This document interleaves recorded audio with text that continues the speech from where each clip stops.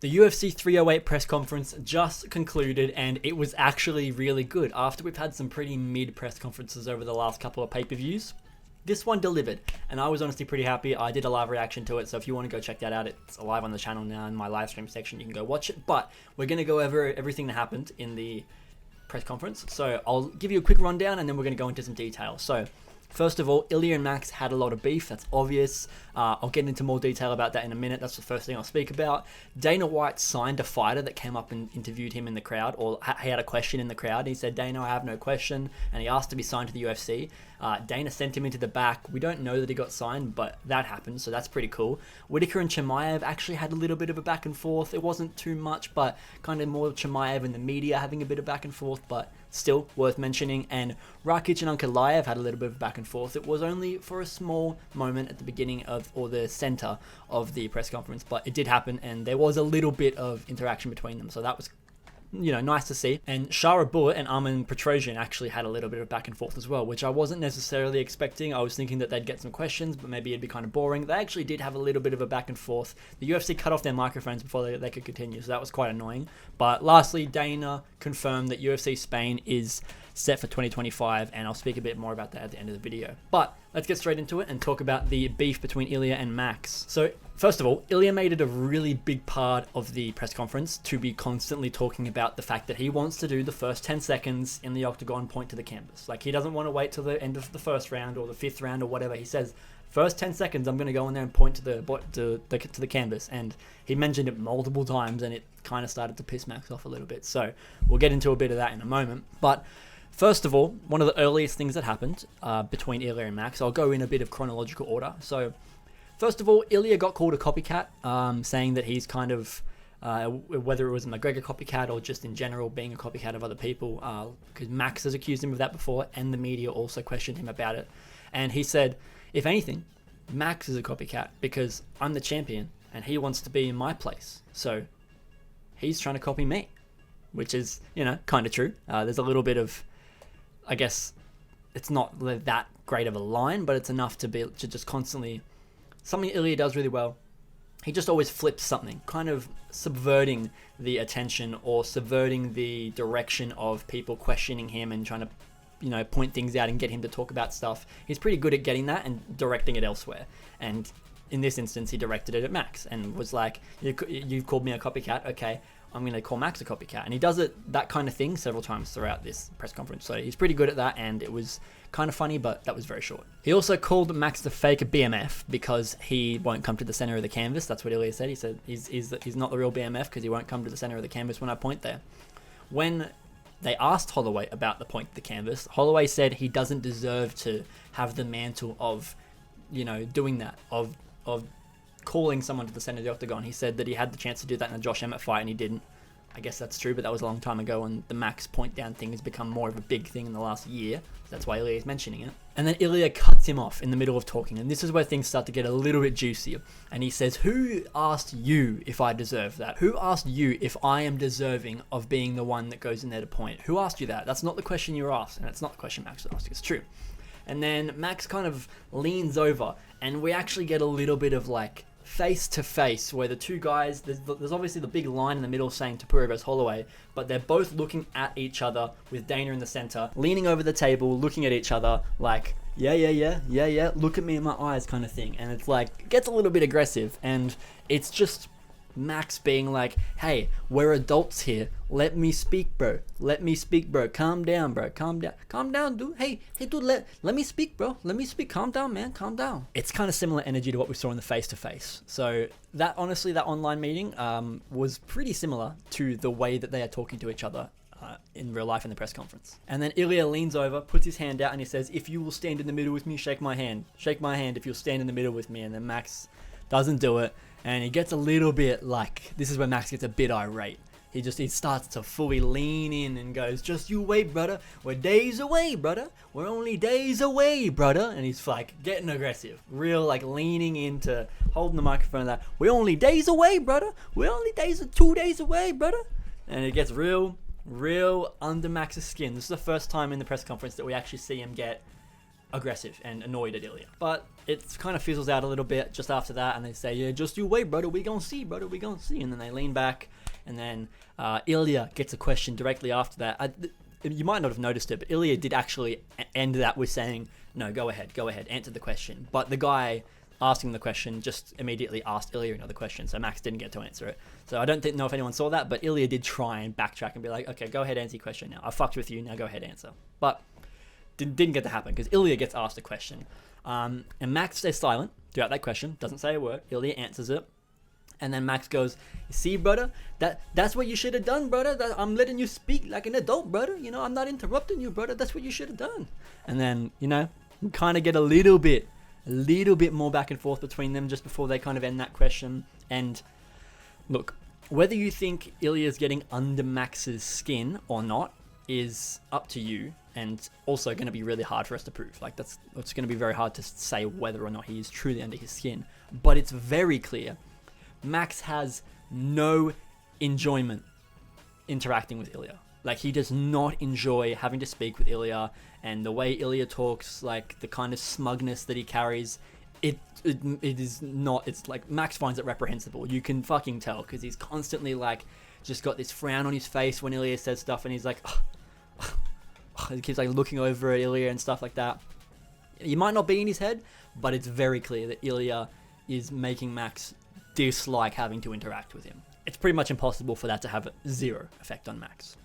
So whether it's gonna change how he fights or not is probably not, to be honest, but it is having a effect on Max. It's impossible to watch that interaction between them and not think that Max is getting a little bit affected by this. And also, this is really entertaining to watch. Like, Ilia is doing this very well, and he is selling the fight impressively. So even if you think that this is not even a character, if you think that this is Ilia being a bit of his assholey self, it's working. That's all I have to say. Like, it's really working. The fans were cheering for it. We're getting great moments of them going back and forth. That's going to be all over Instagram. I promise you that. So it's working. So Max answers another question shortly after that by saying the classic line, we're going to find out Saturday night, brother, October 26th, brother, we're going to see. Yeah, you know, just, I can't wait, brother. You know, that's the best part of all this, brother, you know. Saturday night, we get to find out. So, you know, I just can't wait, brother, you know, so we're going to see. And then Ilia gets the microphone and goes, Max, find out, Holloway. We will find out. He's mocking Max, which is pretty funny because the fans have been talking about this a lot. Whether it's MMA YouTube fans or just people that watched the face-to-face where Max, I think it was a total of like 15 plus times that he said, October 26th, we're going to find out. Like, word for word. October 26th. We'll see October 26th, buddy. He said that so many times, so it became a bit of a meme. So it's Ilia poking it. It's pretty funny. And it's, again, inevitably going to get him a little bit of crowd interaction because he's playing into this role and he's doing it well. Then they ask Max, where's your BMF belt? And he says, it's at home, not online. Like, to make fun of the fact that Ilia got his online. So he's like, mine's at home. It's not online, brother. You know? And then Ilia... Ilia is asked the same, and he just laughs and goes, we will find out. You know, he's just taking the piss out of Max at this point, which is funny. It is funny, and he's getting the crowd kind of on his side, which is interesting because they kind of laugh along with that. But they were booing him the first time he got on the mic. Like, very first time he started to try and talk, the crowd was immediately against Max and kind of immediately against Ilia, going boo, and he had to stop and wait for them to stop so that he could then talk because it was too loud, and I guess the crowd probably couldn't hear him. But that's kind of the majority of what went down throughout the interview throughout the press conference between Max and Ilia specifically. Aside from the face-offs, now it got a little bit more interesting here. You couldn't necessarily hear it very well in the stream or on Instagram, or like the little video they show from the close-up where they get someone has a phone behind them standing next to Dana when they face off. You know, that's always on Instagram. You couldn't hear it that well, but I've turned up the volume. You can hear Ilia clearly saying, in the first 10 seconds, I will be waiting for you in the middle of the octagon. And he follows that up with saying, like for the fans, or let's do this for the fans, or something like that. But Max is already walking away by that point. But he says, in the first 10 seconds, I will be waiting for you in the center of the octagon. Okay? And then Max is first, right as Ilia starts saying, let's do it for the fans, it's kind of as they're stopping the face-off, and Max literally just gives him the dirtiest fucking look and just goes, He literally scoffs at him and goes like yeah, whatever, bro. Like, ugh. So I don't know what else to tell you about Max having an emotional reaction to this. Clearly, like, it is not possible to watch this conference and think that Max isn't affected by the interactions he's having to have with Ilia, whether you want to call it trash talk or his character, or whether you want to say that it's just a disrespect and Max doesn't like this, whatever. The interactions with Ilia, where Max has to talk to him, has to look him in the eyes as he's talking to him, he doesn't like it. He does not like it. He doesn't enjoy the way Ilia speaks to him. He doesn't enjoy the cadence that Ilia talks with. He doesn't enjoy the puns that Ilia hits him with, the jokes, the way he makes fun of him. He just doesn't. And there's like, Max does have a couple of moments of funny, good crackbacks at Ilia, like the thing where he's like, "Hey, brother, I'll let you speak. See, that's what you should have done, brother. That's how you do like an adult, brother." But he's only having those kind of moments because Ilia is doing something. Otherwise, it would just be Max being like, "Yeah, brother, we're gonna see Saturday night, brother." You know, but because Ilia's giving this fuel, it does get Max to respond sometimes. But Max isn't going at Ilia at all. There's no, he called him a McGregor copycat, but he didn't do this in the press conference. This is just stuff he said prior to this. In the press conference, Max did nothing to actually go at Ilia, whereas Ilia's doing a lot to go at Max and to poke him and prod him and try and get a reaction out of him. Two very different sides of the coin. So even if you want to say that Max is kind of getting Ilia back with a couple of lines and stuff like that, he's not in Ilia's head. He's not got Ilia emotional. He's not got Ilia feeling some kind of way at all, because Ilia's clearly fucking thriving off of poking and prodding Max. And that's just, if you don't agree with that, I don't know, you're like coping. You're not watching the same press conference that I watched. I'm a Max fan and an Ilia fan, guys, okay? Before you try and be like, "Oh, bro, the Ilia glaze is crazy." Dude, I'm just telling you what happened in the press conference. It's exactly what happened. I'm not even skewing anyone's words. Word for word, bro.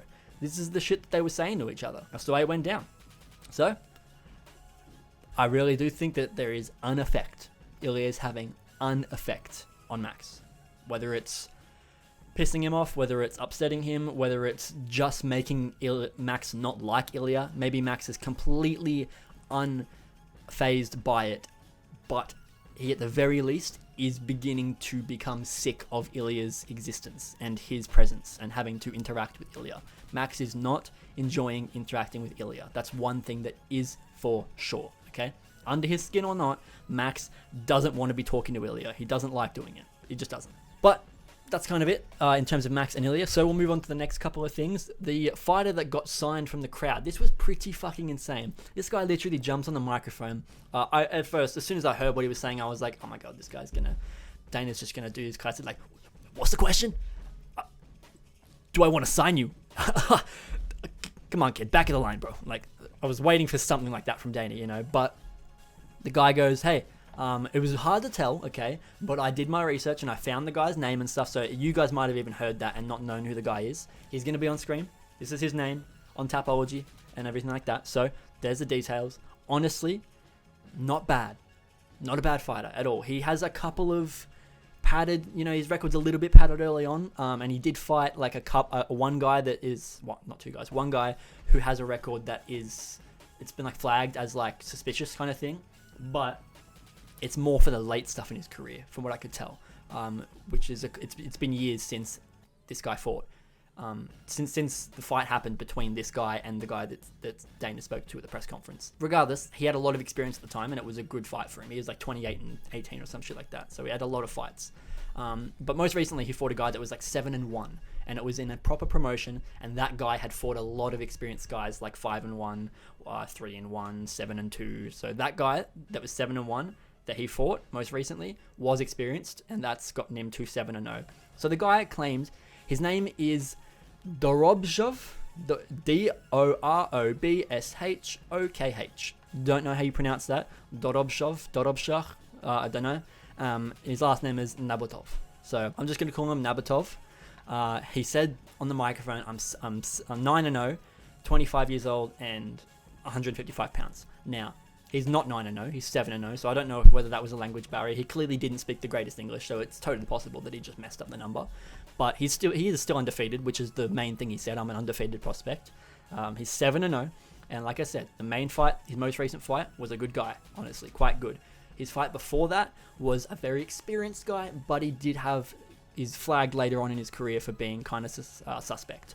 The other guys earlier in his career were very unexperienced. He fought a couple of debut guys. It's okay. My rule is always the first 4 fights of your career, I tend to pretty much always turn a blind eye because everyone fights cans. Every single fighter in the world fights cans. If you don't, then fucking bravo. Like, when I see someone that doesn't, I'm like, yeah, that's fucking great. But for the most part, people always fight cans to test themselves in their first few fights. At least if it's not a can, it's someone that is also completely unexperienced. So you're 0-0, you fight a guy who's 0-1. You're 0-0, you fight a guy who's 0-0.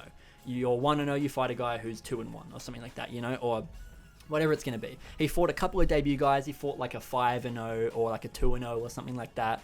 But those guys had also only fought 0-0 guys. So there was some experience. There was no great proof of these guys being hard talent, but that's his first like 5 fights, and you're allowed to have cans in your first 5 fights. And then in his last 2 fights, like I mentioned, he had the weird guy with the padded record, and then the weird guy with the ineligible record, and then the next guy who was actually well experienced, 7-1, and had fought good competition, and it was in a legitimate promotion. So honestly, Nabotov, Dorobshov, however you say it, but Nabotov, Nabotv, like I said, he'll be on the screen. Dana literally goes, I'm Nabotov, I'm 9-0, 25 years old, I'm undefeated. Dana, can you please sign me? You know, it's my fight on short notice. And Dana goes, what weight? What weight class? And he goes, lightweight. And then Dana just looks around and goes, and then the guy's like, fucking yes, and fucking sprints up to the stage. And then Dana like shakes his hand, walks him along the stage, across to the other side of the stage, and sends him out to the back. So whether he actually got signed or not, I've got no clue. There is pretty much no way to tell until for a few days if somebody interviews him or something like that. But for the time being, the press conference just happened, so I can't tell you. But he got sent out back. Dana literally brought him up on stage and shook his hand and then took him out. The guy also shook Ankalaev's hand. He took the chance to like tap Ankalaev on the shoulder as he walked past, like, hey, yeah, and shook his hand. So I guess he knows Ankalaev, or he's a fan of Ankalaev. But what a fucking moment. Like, this is probably going to be annoying. It's going to be one of those things where now that one guy's done it at every press conference, you're going to see random dudes coming, hey, Dana, I 5-0, I fight in the regional scene. I 40 years old, please. Then that's my dream, be in UFC, sign me. But like, now that he's done it once, he might do it one more time. He might, next time it happens, he'll be like, oh, that's kind of funny. Yeah, okay, we'll talk to you. And then from then on, he's just going to be like, guys, stop asking. It's like, it's going to be the same as when they were saying, Dana, can we get 100k bonuses? Can we get 300k bonuses? He's just going to be like, stop. It's like, shut up. Stop asking me. I'm never going to do that again if you keep asking me so much. So, it is what it is. But what a moment. Pretty cool. Hopefully the guy gets signed, because even if he is like not great, even if his record is a little bit padded, most guys at that point are. If he gets onto like the Ultimate Fighter or something, that's cool. The Contender Series just ended, so I don't think there's any point in getting him on for the Contender Series. You're gonna have to wait like 8 months for the next season to start. Get him in, either just get him in on like an Apex card, call him in for a short notice replacement, or get him in on the Ultimate Fighter, which is probably also gonna be kind of next year, but they'll be filming it probably in the first few months of next year, whereas the Contender Series won't start till like June or whenever it is. So cool shit, honestly. Very funny. It's gonna be a big moment all over Instagram. It already is. I've already seen it on my Instagram feed of the guy going up and being asked, and everyone in the comments is like, what's the guy's name? Because he said he kind of mumbled his name. It's a bit hard to understand it, but that's why I went and found him for you guys. So if you want to do your research, there you go. Again, one more time on screen, that's his Tapology. Go check it out. Also, later on, similarly, a guy praised Dana and said, oh, you make the UFC into such a great sport, and I spend all my money to come to these Abu Dhabi events because I love the sport, so can I come and shake your hand? And then Dana literally goes, you want to shake my hand? Yeah, come on. And he brings him up on stage, and then he shakes the guy's hand while someone else is asking a question. You see Dana like walk behind Max. But I don't know what it is, but Dana was in a real giddy mood during this press conference. I guess it was going well, and there was a lot of crowd pop. There was a lot of funny moments. There was a lot of back and forth between Max and Ilia that was good press. So I feel like when we've been having some pretty boring ones over the last few pay-per-views, Dana was probably quite happy that it was going the way it went. So it was, pretty happy Dana, made for a couple of moments that probably would have normally, he would have just said fuck off. He would have no, I'm not doing that. So it was cool to see. All right, we're going to move on now. We got 4 more things to talk about. We'll talk about Whittaker Chimaev, Rakic and Ankalaev, Shara Magomedov, and Arman Petrosyan. And then lastly, I'll tell you about this little bit now. Dana said the UFC is confirmed in Spain. Apparently, it's because the reason it's been delayed is because the arenas are really backed up. Like, they get booked a lot in advance. I'm guessing that could be because of football or something like that. I don't know if they use the same arenas, but apparently the crowd were asking for Madrid, the Real Madrid arena, whatever that is, the arena that they play football in. They were hoping that they could use that one. And then Dana goes off to the side and is like, hey, is Pete in here? Hey, Pete, yeah. What are we doing with Spain? Yeah, what's happening with Spain? Yeah, okay. So where are we going in Spain? And then Ilia goes, or the media member goes, Barcelona. And then Ilia literally jumps on the mic and goes, if he say Barcelona, I'm going to point to the canvas with Dana, okay? Like, he's like, I'm going to beat the shit out of Dana. Don't you fucking say Barcelona. So that's kind of funny. And then Dana comes back and says, Madrid or Barcelona. So there you go. So that was just a little thing. Just wanted to add that in there. So let's talk about Whittaker versus Chimaev. It's only one thing to mention, but it was funny. So I want to talk about it. Whittaker gets asked some question. A media member from Australia says to Rob, it's at 5 a.m. in Australia time, the main card starts. Should we stay up all night to watch you and party on through the Robert Whittaker W, or should we get to sleep early and wake up to watch you in the morning? And then Rob says something like, I'll try and get it done for you guys early, but we'll have to. And then Hamza jumps in there and goes, gonna be a bad night for you guys in Australia, or something. I not have sore tummy this time, brother, so no sore tummy, brother. We're gonna be bad night for you, Australia, brother. Okay. And then the media member has a bit of fucking balls to him and goes, I wasn't asking you, mate. And Hamza literally just goes, fuck off, into the microphone. It was pretty fucking funny live. I don't know if it really translates that well now, but it made me laugh pretty hard funny. Just randomly hearing the media member just go, I wasn't asking you, mate. The camera wasn't even on Hamza. It was still looking at Rob, and you just hear, fuck off. But then Hamza literally goes, oh, my brothers in here, we are Abu Dhabi brothers, throw this Australia guy out, send him back to Australia. So, that's pretty much all that really happened between Whittaker and Chimaev, but it was funny. So we'll move on now to Rakic and Ankalaev. Just a little, they had like 1 or 2 interactions throughout the event, but it was questions that I wanted to hear, so it was good. So They ask Ankalaev something about Rakic and getting to the title and stuff, and then so Ankalaev hits him with the kind of narrative he's been sticking with, saying, UFC only gave me this fight because they want to protect Pereira, and they want to protect their champion, but I'm going to get through this guy. And then Rakic has a rebuttal and says, hey, I'm in his way just as much as he's in my way of the title, so I've got the same attitude, coming into this. He's in the way of me getting to the title. It is true, just like it's factually a thing that Ankalaev is in the way of Rakic getting to the title because he needs to beat him. Otherwise, he's not going to get a title shot, right? He's going to get pushed back down the rankings again. That's pretty much all they really had to go together, except for later on, one of the guys asked Ankalaev about leg kick defense and said, Pereira and Rakic both have really good low kick games. You know this, and you clearly struggled with that in the Blachowicz fight. So what have you done to fix that? And then he didn't really say much about it, but just said, yes, we've done lots of work. Don't worry, that's not going to be a problem this time. So we'll see. We'll find out on Saturday night. We'll find out Saturday night, brother, if that's actually going to be an issue. But he claims that they've done a lot of work. I mean, I would hope that they've done a lot of work on it. That was like almost 2 years ago now. Yeah, it was coming up on 2 years ago. Like, he should have done a lot of work on his low kick defense and his shin conditioning and stuff like that in that time, because it's one of his only fucking weaknesses at this point. But that's all we had for Rakic versus Ankalaev. We'll move on to the very last thing I want to talk about. Just tiny little bit to mention. It was Shara Bullet and Arman Petrosyan. Now, I knew that they were going to ask Shara a question, because they always do, because he's a bit of a popular guy in Abu Dhabi and stuff like that. But I didn't think that they would actually get them to kind of go back and forth. Now, this happened right at the beginning of the press conference, and it was a little annoying because what happened was they asked something about, do you think Arman's going to wrestle you? And Shara says, of course, Arman will need to wrestle me. The question is just whether he does it right off the bat or whether he tries his luck on the feet and then realizes that he needs to wrestle with me later on in the fight. But he's clearly going to wrestle with me. Then when asked for his response, Arman said, it's going to be tough in there for me, but it's going to be tough in there for him first. Pretty good. Just solid. Like, they're both speaking through translators, but it's just not bad. I think they both speak the same language because I think they actually did try and say something to each other without the translators having said anything. So maybe they both speak Russian. I'm not sure where Petrosyan's from, but yeah. And then, annoyingly, right as Shara Bullet says, like, he's going to feel my kicks in there and then he's going to worry. He said something along those lines. And then Arman picks up the microphone and starts talking, and it's cut.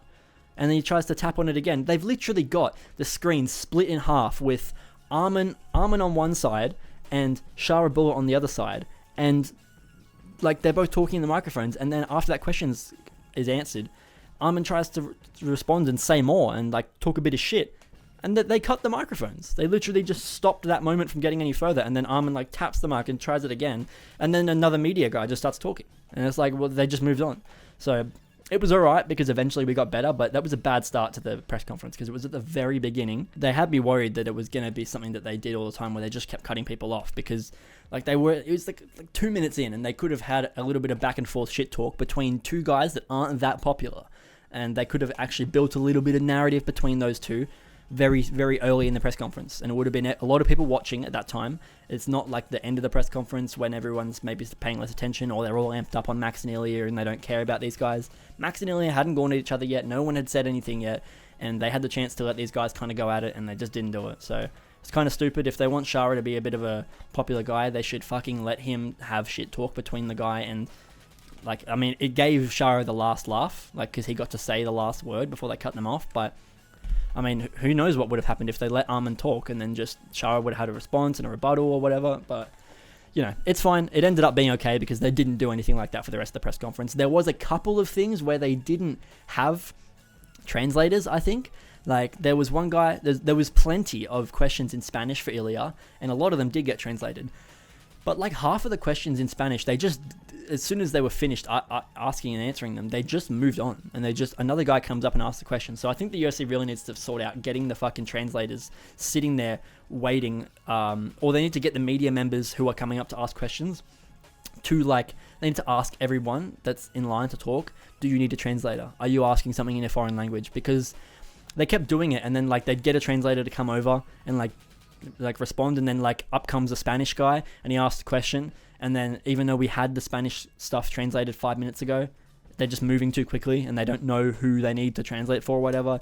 They ask a quick question to Ilia responds in Spanish, and then Ilia notices that no one's translating and just says his response in English again, but we didn't get to hear the question because they didn't translate that. Even Ilia noticed, like, no one's translating this, what's going on? And one guy spoke to Hamza, I think it was in Swedish. It could have been in any other fucking language, and I could be an idiot. But the guy was like, he was a very white, blonde hair looking dude, so he looked like he could be kind of a Swedish, and Hamza obviously trains in Sweden and lives in Sweden. It sounded kind of like that Scandinavian style language, but I could be completely fucking wrong, but that's my guess. And I was like, oh, okay, this guy's asking another foreign language, and there just clearly wasn't a Swedish translator. Like, because they didn't translate the question, they didn't translate the response, they didn't even have someone come up and, like, try and say something they just moved on immediately. So it was what it was, but overall the press conference was fucking awesome. So if you want to actually go see my reaction to it, you can go check it out. It's a live stream on my channel. It's in the live section. I narrated pretty much everything, so you might not have, like, any kind of way to line it up to know where I'm watching, but if you want to watch it with the fight in the conference in the background, you can. But you can also just watch the live, and I narrate pretty much everything that's happening. I say, okay, blah, blah, blah's asking blah, blah, blah, blah, blah, blah, blah. And I even, like, paused and skipped back to make sure I was hearing questions when I was talking over myself throughout the live stream. So I kept it pretty much live the whole way through, but, you know, I made sure that I was going back and listening to what they were saying so that I could convey everything and I heard everything and didn't miss things. But it was a good press conference, man. We kind of needed one of these, so I'm glad that it went well. Guys, thank you for watching. I hope you did enjoy this. Let me know if you want to see more press conference breakdowns in future. I'd love to do it. I don't really do much of this style of stuff, but I decided that I wanted to watch this one live, especially because it was at a good time. It's at like 11, or it's at like midnight in Australia, which is ironic for me to call that a good time, but for me it's a good time. Let me know if you guys like this. I can also do it for things other than the press conferences, whatever it is. Like the face-to-face I recently did a reaction video to, that was also very fun to do and got a bit of love, so thank you guys. I've been enjoying how much love in pretty much all videos I've been getting recently. Even like Ramazan Temirov had his UFC debut. There's just a prelim fight on the Apex that I did a reaction to. Got a bunch of Uzbekistan fans coming over, so that was fun. The Pereira video did good. The face-off video did good. So it's all doing great. Thank you guys. I'm really appreciating the love on the channel, and be sure to join me for the fight companion, obviously, that I'll be doing tomorrow, tonight, or depends when this video is up or when you're seeing this video, but I'll be there for the entire card. I'm going to be staying up all night to watch it with you guys and get some reactions out. We'll be sitting there, jumping on Tapology, looking at some, researching the fighters, checking out their records, comparing stuff in between the fights while we're waiting during intermissions, all that kind of jazz. So come and join me live. It'll be fun, and might be dressing up as a certain somebody for Halloween. Not a very tough costume, a pretty easy one for me to pull off, being the the bald head, but I think that's all I'll say for now, is that me being bald makes the character easy to dress up as, Come see me on the Fight Companion, Saturday night. It's going to be good. I'm the type of guy I like to dress up on Halloween, So, yeah. Thanks, guys. I hope you did enjoy this. I'll see you all in the next video or in the Fight Companion tomorrow. Thank you. Enjoy the rest of your evening. I hope you enjoyed the press conference as much as I did. And I'll see you guys all in the next Mixed Martial Arts video. Goodbye.